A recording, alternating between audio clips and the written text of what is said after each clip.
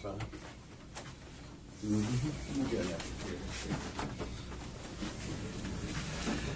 Oh, man. John, if you could sit right there in the corner. Sure. And I'll, Mr. Kim, we'll get you a chair.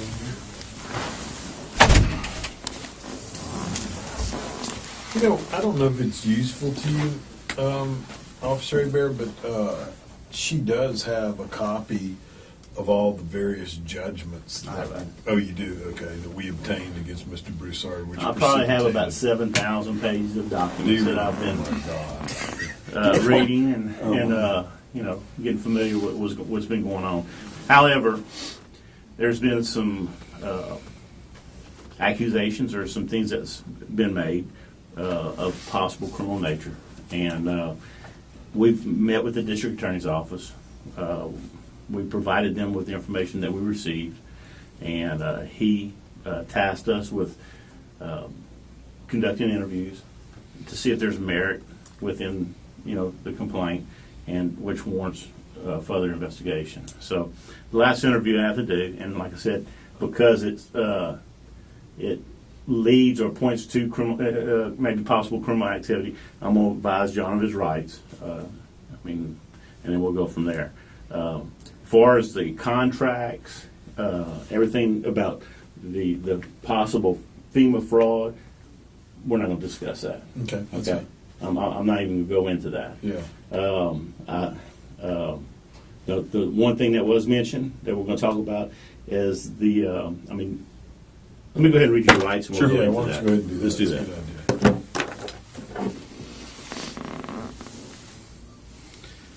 Today's date is April 22nd, 2015. Time is 15:38 hours. My name is Mike Hebert with Louisiana State Police. Present during the interview is, for the record, just can you state your name? John A. Rion. Okay, and Russell Stoots Jr. and Kim Meehan Manu, attorneys for Gravity Drainage District Number 8, and Mr. Rion. okay, and John, you know what you're here for? Sure, yeah. Okay, it's concerning some complaint that was filed, not just against you, but individuals or members with the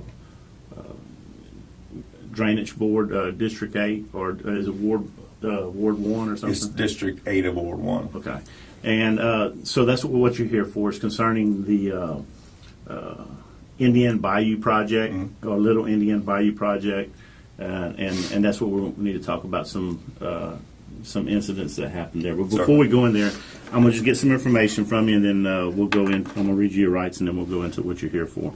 Your last name, you spell it, please. Reon. Your middle initial. A. Okay.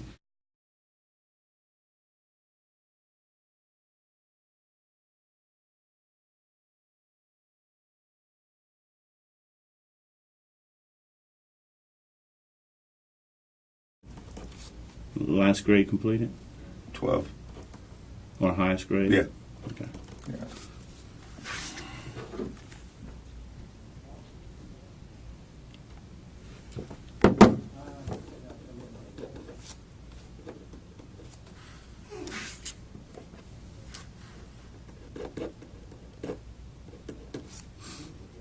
And we're at State Police Region 2, Lake Charlesville office.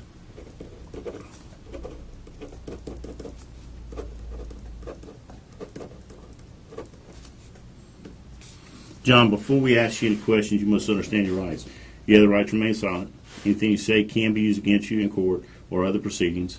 You have the right to talk to a lawyer for advice before questioning. You have the right to have a lawyer present during question. You have the right to a lawyer's advice in the presence of a lawyer, even if you cannot afford to hire one. In such a case, a lawyer can be appointed to represent you. If you decide to answer questions without a lawyer present, you still have the right to stop answering questions at any time. Do you understand your rights? Yes. Are you willing to answer questions at this time? Yes. And have any threats or promises been made to you, or has any pressure of any kind been used to get you to answer questions or to give up any of your rights? No. Okay. John, can I just get you to print your name sign right here? Basically states that I advise you of your rights, you understand your rights, and you're willing to provide a statement.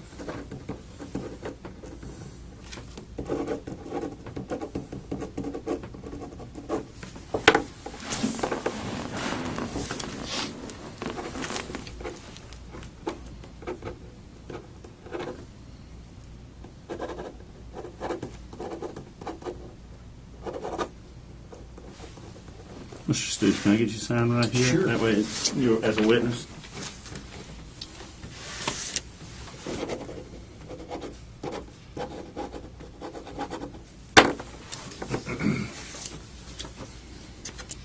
Okay, John, try to be brief about it, but we're here concerning the Little Indian Bayou project. This was around 2008, 2009. During that time, what was your position for the parish? I was the superintendent of the drainage district. Okay.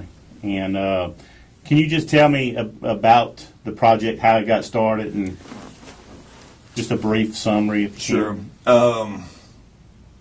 The project was initiated, the beginnings of funding requests to FEMA before I got there. Okay. So when I got there, FEMA or GOSHEP representatives brought me their, what they call a project worksheet, a version of a potential project. They have to do that to in basically generate a scope so they can assign a dollar amount to a funding commitment for the project. So it was to remove hurricane rated debris from Indian Bayou as an emergency protective measure because there was a flood in '06 that flooded a lot of homes. That was right after the storm. So they looked to see, well, what's the problem when the bayou is full of trees? Okay. So And so some of the things that from that project is to remove the debris out of the bayous. yes, What type of debris was removed out of the bayous? 99% of it was tree debris. There would have been And what do you mean by that? down trees, parts of trees, from branches to trunks to everything. Everything in between. There'd have been thousands of trees in the bayou. And from my understanding, and correct me if I'm wrong,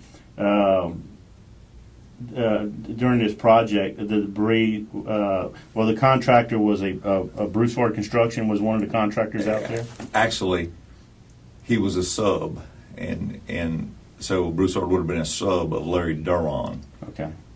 So Broussard's construction was out there at the job site, correct? Eventually. Eventually? In the beginning, it's very convoluted. Okay. There was a local guy named Scott Poche who wanted to do the job, and he couldn't get insured. So he got hooked up with Broussard, who couldn't be insured either. But he said, if you can help me get insured on this project, I'll do it for this much money. You tack on your percent for an insurance. So he said, well, I'll do that, but he couldn't be insured either. So he went to Mr. Duron and said, I got this guy in Moss Bluffs going to do this drainage project, or simple debris removal project.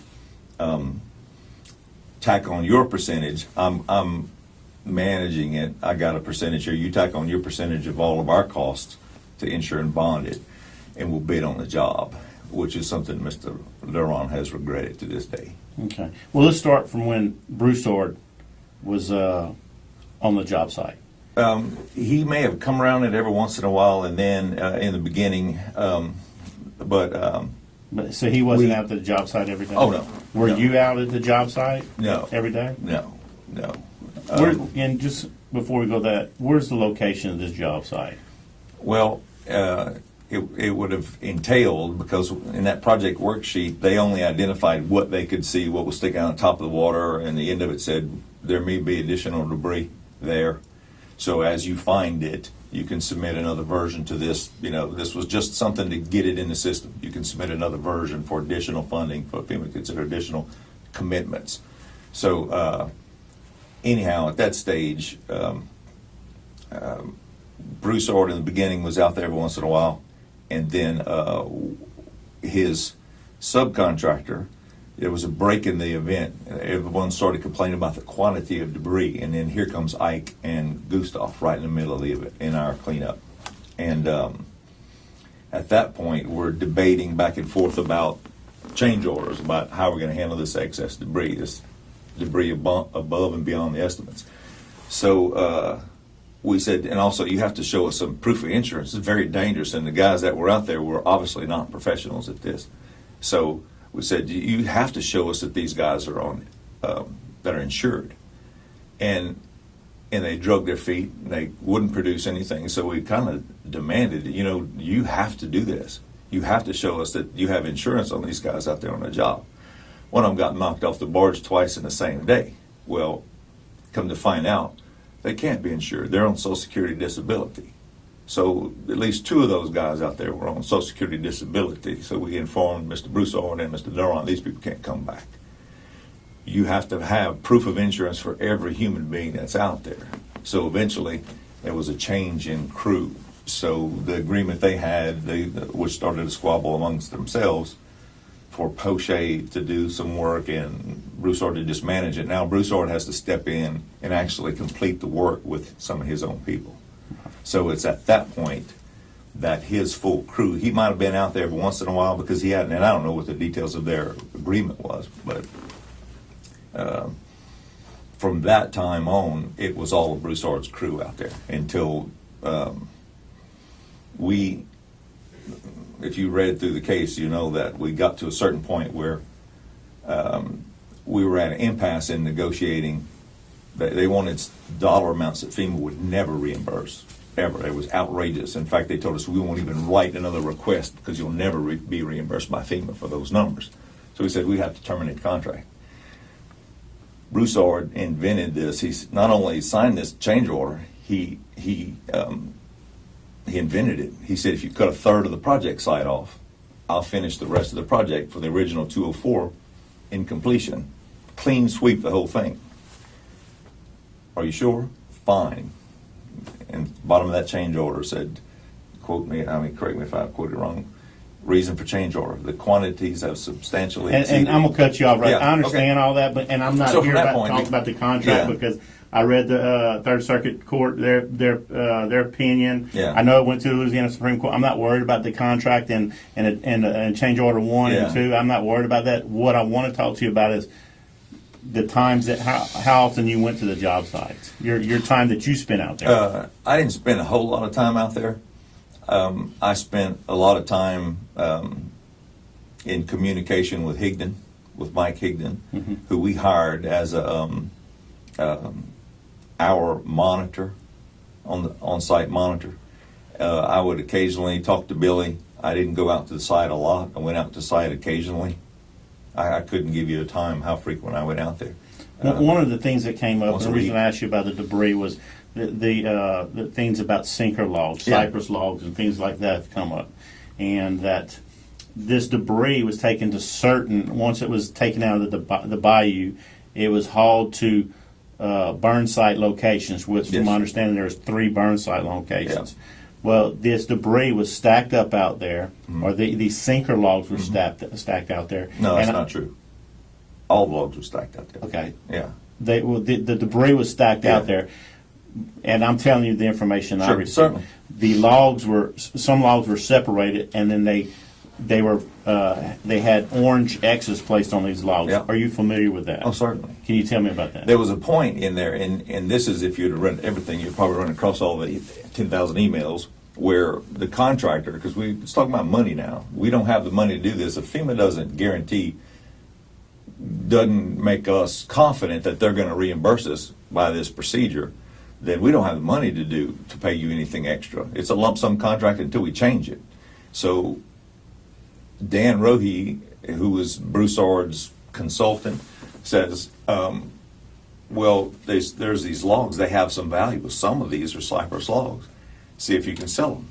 We did that. Went to Kelly Fontenot at police jury. She's a compliance officer, basically, CPA at the president, and she's the liaison between all of us and GOSHEP and FEMA. So I go to Kelly. Kelly, can we sell these things? No. Well, you can. You can legally go sell them. Under a Rita and Katrina event, FEMA's regulations said that all salvage goes back to FEMA. So you could have sold them. The district would have got X amount of dollars, whatever, other than the cost it took you to handle them. All the profit basically would have to go to FEMA. So, well, that's not worth the effort. Now they've changed it. Now under Ike and Gustav, completely different because no one salvaged because of just what we did. We burned them. When they said, well, you can give them away, I said, you probably can. Sure. You just, salvage has to go to FEMA as long as it's not money. Sure, who you going to give them to? You can't give them to anybody. You're going to stay, especially in my business, you're going to start a war between every person in this district. Every taxpayer is going to want a cypress log. Burn the best ones first. So after it was determined we couldn't sell these things, burn them first. Now, the segregation that you're talking about, initial logs set over to the side, that was at burn site 2. That wasn't for any other purpose other than the fact that this thing was a monster. The pile was so vast, they were running out of room. They cleared additional space. So I said, we'll go make another stack over here. Well, they're not going to go pick up the stuff this big. They reached and grabbed the big, what you'd call hindquarter pieces, and threw them over here. But when that discussion came up with, can you sell these logs? And you'll see that in the email chain. Well, I'll ask. Went to Kelly, said no. Fantastic. Burn them. And the decree I gave to everybody out there, you burn the best ones first because everybody wanted them. Everybody asked about it. So you can't have them. I'm only confident in 3 pieces of cypress that I know that was cypress. There was so much crap out there you couldn't identify it. The only 3 logs that I know, and I wasn't out there all the time, where 2 of them were logs and one of them a stump. That stump is at the front gate of our facility right now if you drive in. We were going to stand it upright and put a sign on it. The 2 logs, we suspect the guy that used to work for us went in there with a chainsaw sawmill and cut them up after we laid him off. If you want to look into somebody who I know took cypress logs off of that bayou, I can tell you right now, I didn't take the first log, authorize the first log, have any part of taking any logs off that bayou. What I authorized was the stump that's sitting in our front yard, and it's nothing to be profited from. So right. You can come eyeball it. Well, nobody's accusing you that saying that you stole anything. Okay, you were the superintendent at that job. Your responsibility was over that job site, and we have to talk to you to find out your knowledge of anybody that might have taken any logs. I know that you just mentioned one, and the guy was terminated or he was let go. However, I interviewed Mike Higgin, and he told me that he had taken some logs. Were you aware of that? Yeah, and I don't think they were cypress, nor did he. Yeah, well, he came to me. In fact, I'll tell you how I found this out. He calls me because my 2 employees, permanent employees, one of them, they were out there burning. So he drives up to the site, was apparently talking to them, and they said about logs, and they said, well, John said nobody's going to take any logs in. So he calls me and he says, hey, Carl said that you don't want anybody taking any logs out here. I said, well, no. Man, no. I said, we can't do that. It's going to start a war. And he said, well, the FEMA guy, some guy Billy cried to, went out there to look at the site because we're in arguments from 2 weeks into the thing. It was a fight. 2 weeks into the project, it was a fight. So some FEMA guy comes out there. They're not supposed to show up out there. It's our project, and they don't have a contract with anybody, nor does GOSHEP. GOSHEP had a representative out there who they're very gray on what they say he was out there doing as an inspector. And he was out there for the duration of the first part of the contract or the first part of the effort where Poche was doing the removal. Because once that change order was signed, it solidified the fact that it was a lump sum contract, period, regardless of quantity from point A to point B. So that state inspector said, well, I'm out of here because if there's no need to track quantity, even though they said they wasn't there to track quantity, he left. And only every once in a while showed up, I understand, and peeked through the bushes and left again. He didn't stay out for the rest of the project. But I see I got on the rant on him. What happened about he was asking about Higdon? I was going to let him finish. I'm sorry. Yeah, he was asking about the Higdon logs. Yeah. Oh, yeah. So Higdon calls me on the phone, and I told him, I said, God, we can't. No. And he said, well, I hauled a load of logs off of there. I said, don't get any more. And then from what he tells me, he had cut pieces of the ends off and brought it to the sauna guy, and he said, they're crap. Yeah. Do you know anybody else out there that might have taken logs? Man. Other than the 2 people that you mentioned? No. Did you end up with any logs? I have a piece in my truck about this long that Carl Patterson brought to me and it's a piece of driftwood about that long. It's in my vehicle. I meant to bring it. It's got a knot hole in it. Carl Patterson come up and said, "Hey, you think your wife would like this in her flower bed?" I said that she would love it. That, my friend, is the piece of cypress. Other than the stump that's at the yard, is what I brought out of there. Or I didn't have anything to do with anybody taking logs out of there. In fact, when the two pieces that I know that were cut up over there, I was furious about them because we were going to haul to the office. One of them was felled with an axe. It was about that big around and 20 plus feet. Well, we looked at, we can't burn it. So we thought we would cut it maybe about 7 foot, bring it to the boardroom and mount it in the corner with a bracket and put some coat hooks on it. The other log, and anyway, and I'll show you the pictures I have of when it was sawed up out there on the site.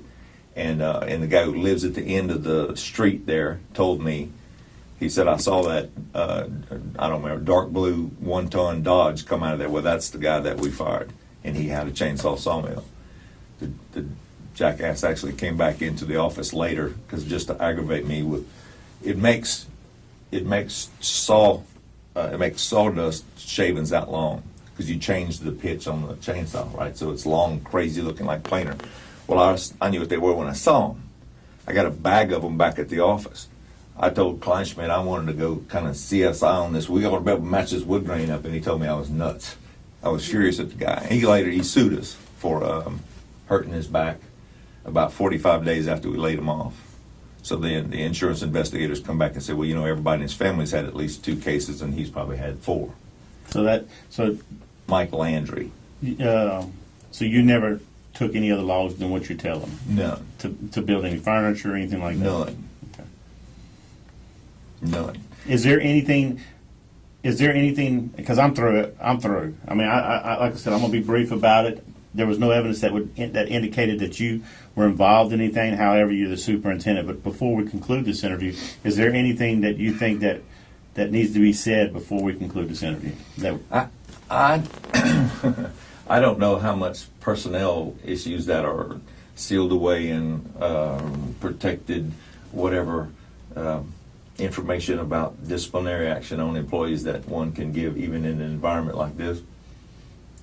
I don't know if I would go there. I mean, Okay. I guess my only question is, what are the allegations? The allegation is misappropriation of FEMA funds, utilizing personnel or parish employees to benefit and profit from the sinker logs. So there's an allegation that there were some employees that took some logs Yes. off? Okay. But not John. There's no evidence that, I mean, John's name came up saying that he was the one taking the logs, but I guess because he's a superintendent. But however, through the interview process, through our inquiry, we have not found no evidence that indicates that Mr. Rion has done this. However, there has been Sure. people that were employed. Mr. Higgin, he admitted, and we knew that because one of the employees for Broussard loaded the logs on Higgins' truck. So we already knew that. We just wanted to see how many employees.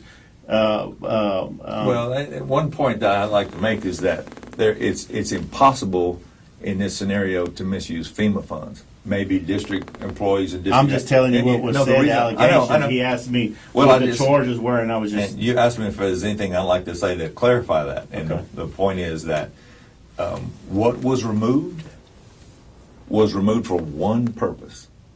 And there's no way anybody can prove anything other than that because it did not happen. In fact, I'll love to take you on a trip up there. We were early on, and you'll see this in emails as well, Broussard's, the first couple of guys out there, got pretty excited about cypress log they pulled out of the bayou early in the project.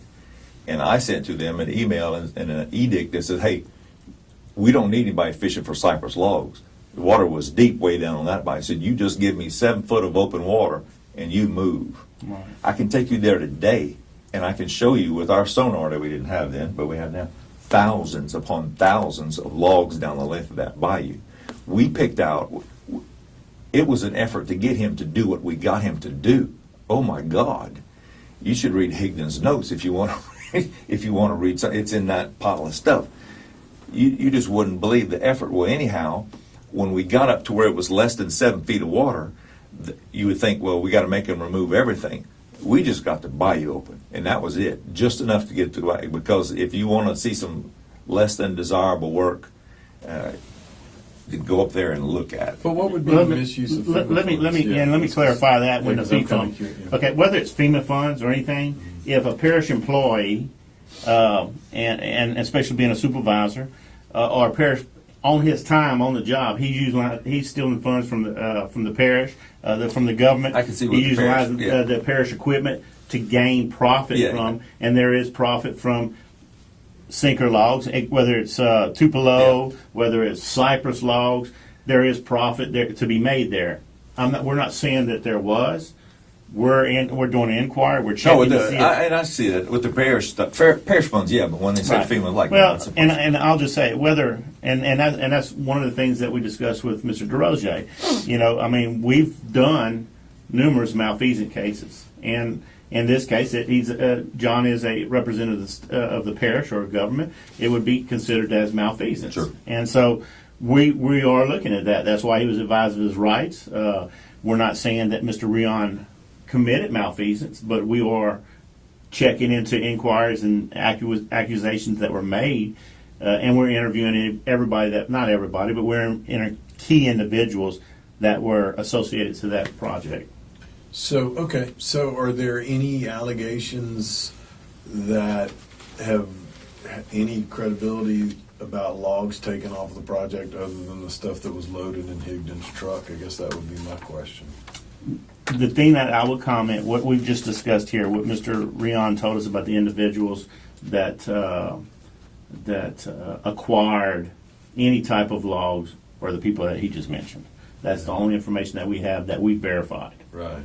So, does that answer your question? Yeah, so, I mean, I guess my question is if he has no knowledge of them doing that, so there was somebody other than Higdon that there's allegations that somebody other Well, 2 logs, and Mr. Rion just Oh, the verified that. the one that's at the district office. right. Well, no, That's the stump. the two that were cut which up I knew on about site. the stump already. Oh, the 2 that were cut up. Fine.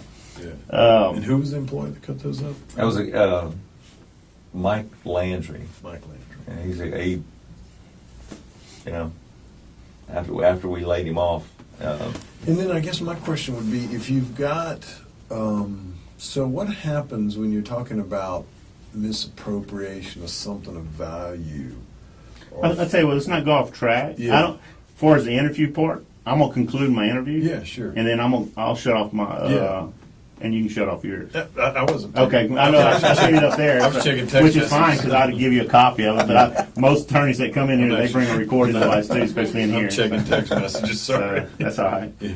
But let's go ahead and conclude we this can interview and then conclude we'll the go. Because I do have some questions, if you don't mind. Interview is concluded at 16:05 hours.